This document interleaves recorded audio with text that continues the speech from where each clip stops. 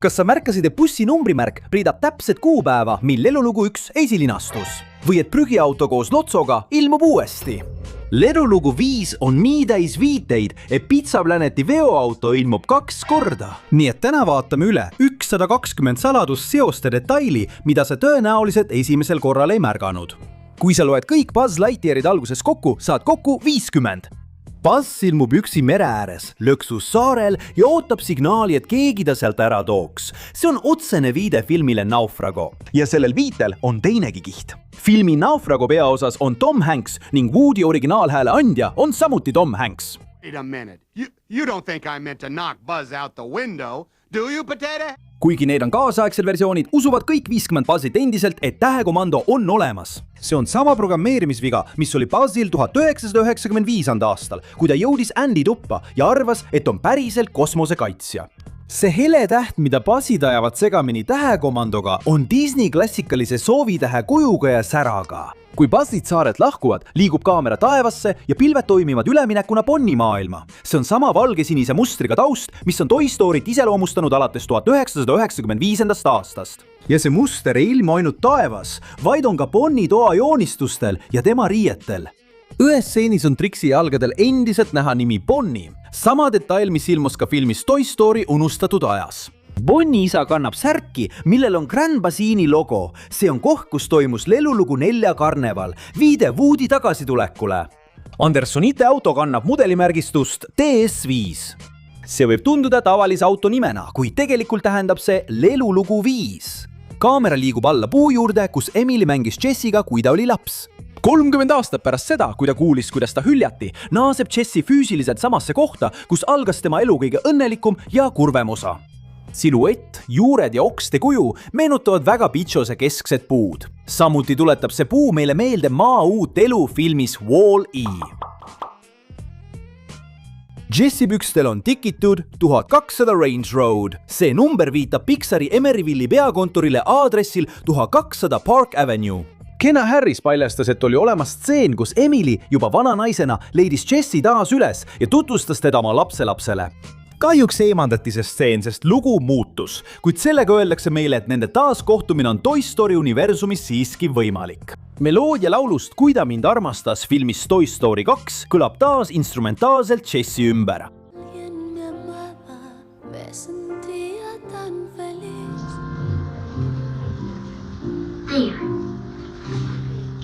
Andrew Stantoni ja Ken Harrise sõnul ei pidanud Jessie olema peategelane, kuid üksinduse, ekraanide ja hirmu tarbetuks muutumise ees lugu sobis väga hästi tema varasema looga. Räägiti ka esimesest versioonist filmis Toy Story 5 ilma Woodita, et võrrelda, kas sari suudab ilma temata edasi minna. Kui see versioon valmis sai, mõisteti, et see on võimatu, nii et nad kirjutasid kõik uuesti ümber. Kui Woody uuesti ilmub, kannab ta ponchot, mis meenutab meile Clint Eastwoodi nimeta meest. Täpselt nagu kauboi, kes on aastaid mööda maailma rännanud. Woody kulunud koht peas ei ilmunud sinna niisama. See on täpselt sama koht, mille restauraator puhastas ja värvis üle filmis Toy Story 2 enne, kui Woody pidi Tokyosse muuseumisse müüdama. See tähendab, et jah, Woodil on see kiilas laikolnud juba üle 20 aasta. Tegelikult värvib Betty lõputiitrites markeriga Woody kulunud koha üle, et tema mees nii vana välja ei näeks. Meeskond kujundas Bonnie ja Blaze'i fantaasiad erinevates stiilides, et anda mõista, et me kõik ei näe maailma ühtemoodi, kuid kui asi puudutab emotsionaalset ühinemist, võime olla samal lainel. Pärast mürgitatud koogisöömist muutub Rex siniseks, millel on lillad laigud, täpselt nagu Sullivani värvikombinatsioon filmis Koletised OÜ. Kapten Sass, väike peolaev Saurus Rex, ilmub taas Bonni mänguasjade hulgas. Samas hoovis ilmub välja ülevärvitud robot, mis kasutab Transitrioni mudelit, Leluloo õudusloost pärit tegelane. Nad muutsid selle värve, et seda varjata, kuid jätsid peaaegu kogu keha samaks. Ettevõte, mis toob Lilipäri majja, kannab nime Shipit. See nimi oli juba varem ilmunud Leluloo õudusloos ja Shipit ei eksisteeri ainult kasti sildil. Hiljem võib taustal näha ka üht nende kauplust. Lilliputt ja teised seadmed kannavad Eggman Techi kaubamärki. See nimi tundub uus, kuni meenutad, et Eggman oli olemas juba esimesest filmist alates. Lelulugu esimeses osas oli Eggman Movers ettevõte, mis vedas Andy asju. 3 aastakümmet hiljem näib sama kaubamärk olevat muutunud või laienenud tehnoloogia ettevõtteks. isegi kõrvalettevõtted kohandusid tehnoloogiaga.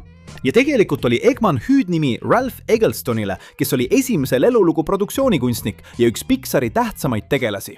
Jaapani plakatil on Woody esiplaanil, samal ajal kui Ameerika Ühendriikide ettevõte tõstab esile Jessie. Kui Lillipad saabub, võtab Bonnie Woody endale, samal ajal kui mänguasjad jäävad alla. See on sama kompositsioon nagu esimeses lelulugu filmis. Buzz saabub koos uue särava asjaga ja Woody on tõrjutud põrandale. Kui ilmub Lilliput, ütleb Trixie, et tahab endale ka sellist. Ma tahan ka ühte.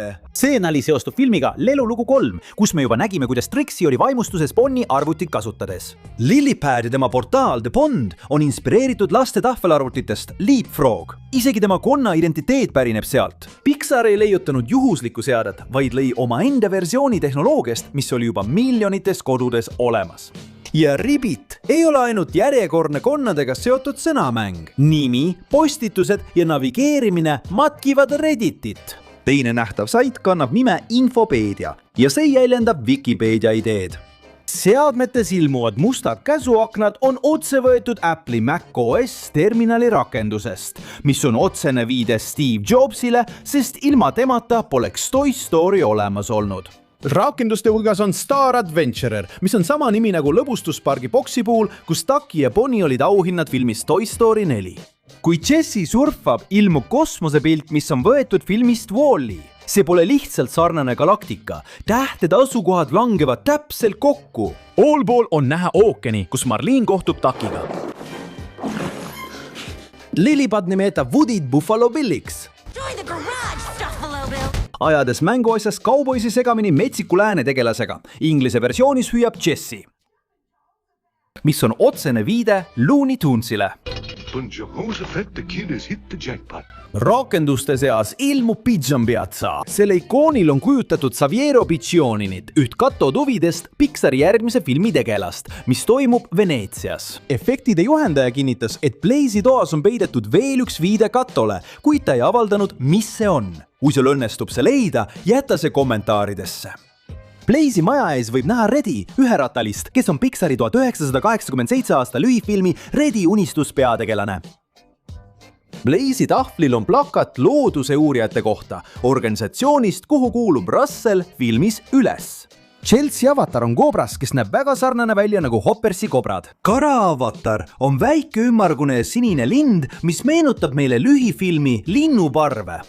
Reiti avatar on Lepatriinu, mis sarnaneb Francisega filmist Putukad. Kui Lillipad otsib Jessie't oksjoni saidilt eBead, on see paroodia eBay poest. Ja mis kõige hullem, ta ütleb, et Jessie ei ole midagi väärt. Kuulutuse foto ei loodud Toy Story 5 jaoks. See on sama Jessie pilt, mis oli juba varem ilmunud filmis Toy Story õudus. Tahvelarvuti toob päevavalgele vana mustvalge salvestise Woody Rodeost, mis ilmus filmis Toy Story 2.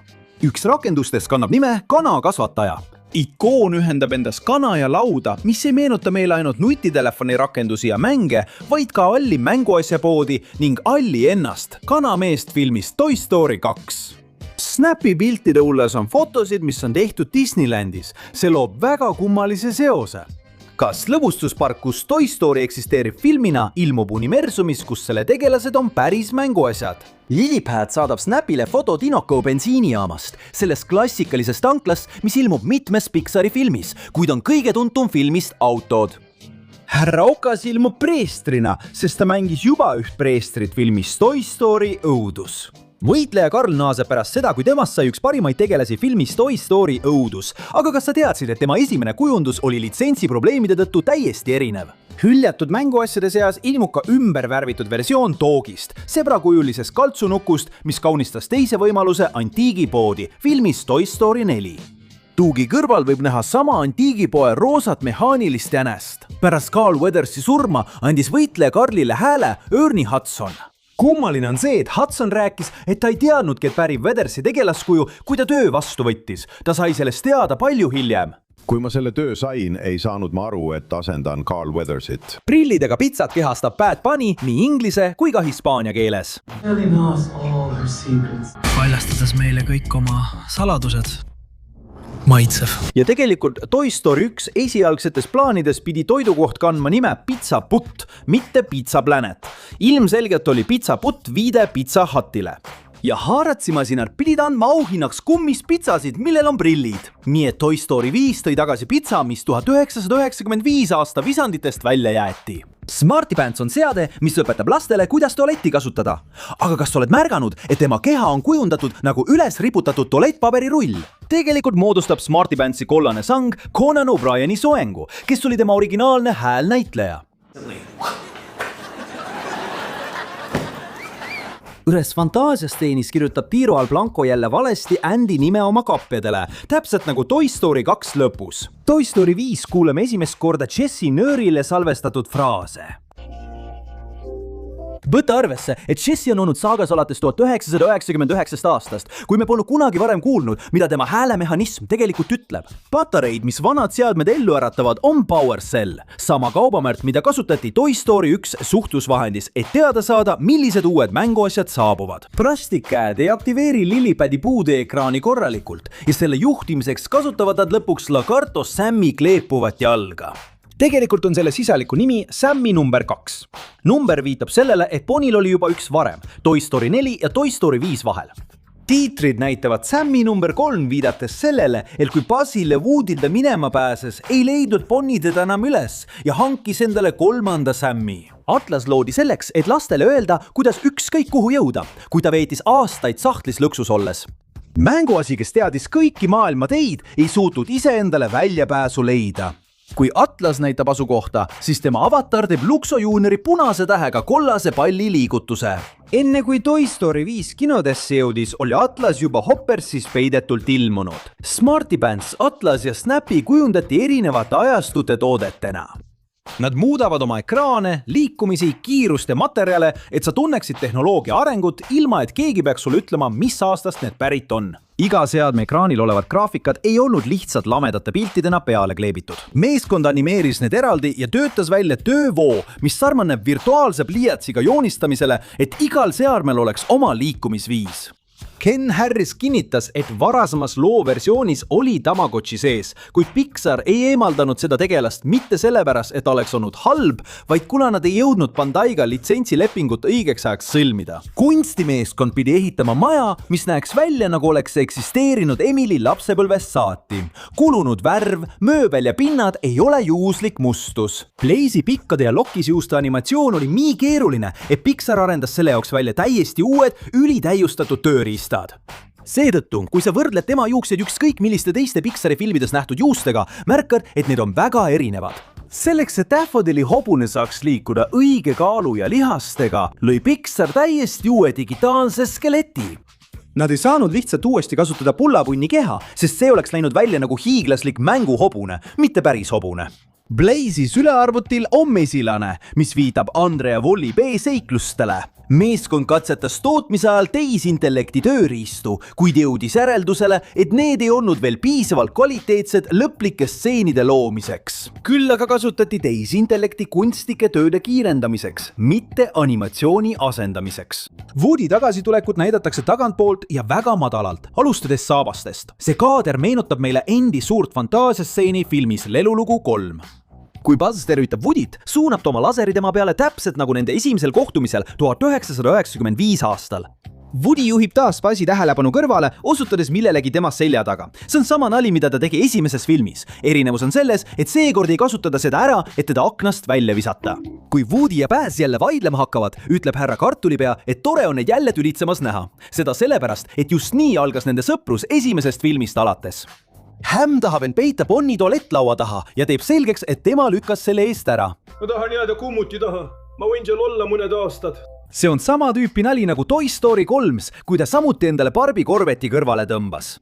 Mina tahan Corvetti. Mõlemad jooksevad Andersoni auto tagaosa poole, korrates jooksu, millega nad üritasid esimeses filmis Andy kolimisautot kätte saada. Buzzi tehnoloogiline meeskond tuvastab Woody kui Zurgi agendi. See on viide filmile Lelulugu 2, kus Buzz ajas samuti kõike segamini oma kujuteldava kosmosesõjaga. Putsi armee kasutatav brauser laagris kopeerib Google Chrome'i välimust. Vahelehed, aadressiriba ja nupud on samades kohtades. Et veenda teisi enda versioone, ütleb Buzz. Otsige oma tunnetest. Kõik teavad, et see on tõsi. See on see lause, millega Darth Vader paljastab Luke'ile, et ta on tema isa. Otsi oma tunnetest. sa tead, et see on tõsi.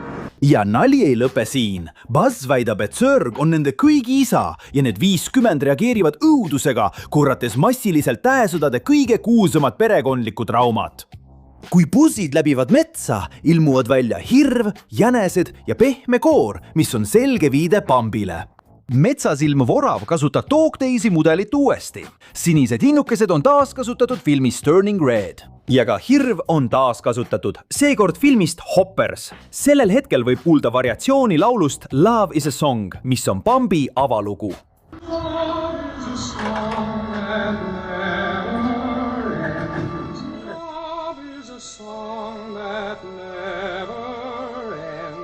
Kui inimesed ilmuvad, hakkab kõlama ootamatu muusikapala, mis kuulutas jahimeeste saabumist filmis Bambi.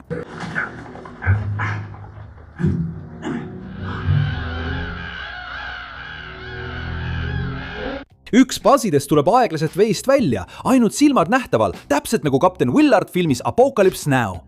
Raamatute vahel võid näha sametist jänkut, mänguasja lugu, kes soovib lapse armastuse kaudu päriseks saada. Kurjal Tiro al Blancol on hääl, mida originaalhobune saagas kunagi ei saanud. Nad tegid seda, sest soovisid murda üht saaga kõige ikoonilisemat reeglit. Lillipad satub Three Country Charities veoautosse, samasse organisatsiooni, mis oli seotud Jessie annetamisega. Jälitamise ajal ilmuvad oranžid koonused, mis on peaaegu identsed nendega, mida mänguasjad kasutasid Toy Story 2 üle tänava minemiseks. Huvitav, millised mänguasjad seal all peidus on? Dinoco bensiinijaam ilmub jälle. Kollane Pizzaplaneti auto sõidab Jessie, Tiro al Blanco ja Buzzi armee eest läbi, sundides neid peatuma. Aga veidi eespool ilmub veel üks Pizzaplaneti auto, mis on pargitud Dinoco bensiinijaama ja Pizzaplaneti restorani juurde. Päästmisstseenist saavad kokku Jesse, Woody ja Tiro al Blanco, sõidukid, hobused ja 50 patsi. Meeskond koordineeris üle 100 individuaalse tegelase ja kirjeldas seda kui üht kogu tootmise kõige raskemat stseeni. Kraana juhtpaneeli nuppudel on näha luksopall. Buzzidel on seljal kood, kuid see ei olnud loodud selleks, et sa seda kinos telefoniga skanneeriksid. Lillipad lööb selle loos endas välja ja sellega avab kogu üksuse droonirežiimi. Kui Buzzid õhku tõusevad, ütleb üks neist, et see ongi lendamine ja Woody lisab stiilselt. 1995 aastal nad kukkusid stiiliga. Seda ma nimetan stiiliga lendamiseks. Ma ei lenda, ma kukun stiiliga. Vahetult enne Jessie ja Buzzi suudlust sõidab mööda Toy Story 3 prügiauto, kuhu Lotso kinni jäi. Kui Blaze mänguasjad üle annab, on tema küüned värvitud mitme värviga. Mõned fännid usuvad, et iga toon vastab erinevale Taylor Swifti ajastule, kes laulab lõputeemat. Puul on kiri. Jesse oli siin ja maa sisse on maetud metallikast. Emily hoidis oma lapsepõlvemälestusi samas kohas, kus ta mängis nukuga, mille ta hiljem hülgas. Kapsli sees olev foto paljastab, et Emily pani oma tütrele nimeks Jessie. Tagaküljel ei ole ainult A113, kogu kood on TS-A113 ühendades Toy Story initsiaalid Pixari kuulsema numbriga. Kapslis on kollase sfääriga pross, mis meenutab väga pahupidi keskset mälupalli. Jessie kasutab seda lõpuks, kandes füüsiliselt Emily mälestust endaga kaasa viimase jälituse ajal. Pärast Toy Story 5 filmilõigu vaatamist kirjutas Taylor Swift laulu "Ma teadsin seda, ma tundsin sind" ja juba samal pärastlõunal salvestas ta vokaalid. Nii et jah, lõputiitrite laul valmis vaid 8 tunniga. Lõpukaadrid näitavad meile taas RC-d, kes on pärast Toy Story 4 peaaegu kadunud olnud. Lisaks esitavad mänguasjad lõpuks laulu, mille Lillipad lõi, muutes Jessie sõnad räpiks. Poolibussil võib näha numbrimärki TS112295. TS tähendab Toy Story ja 112295 viitab 22. novembrile 1995, mille esilinastus esimene film. Tiitrite stseenis maanduvad 50 Buzzid koolijõuel ja igaüks leiab endale lapse. Isegi õpetaja saab endale ühe. Siis ilmub Zurg seljakotis, kellele annab hääle Andrew Stanton, režissöör, ja tervitab taas Buzzi kui oma poega. Film lõpeb täpselt seal, kus tema kriis algas. 50 kadunud mänguasja leiavad endale omanikku.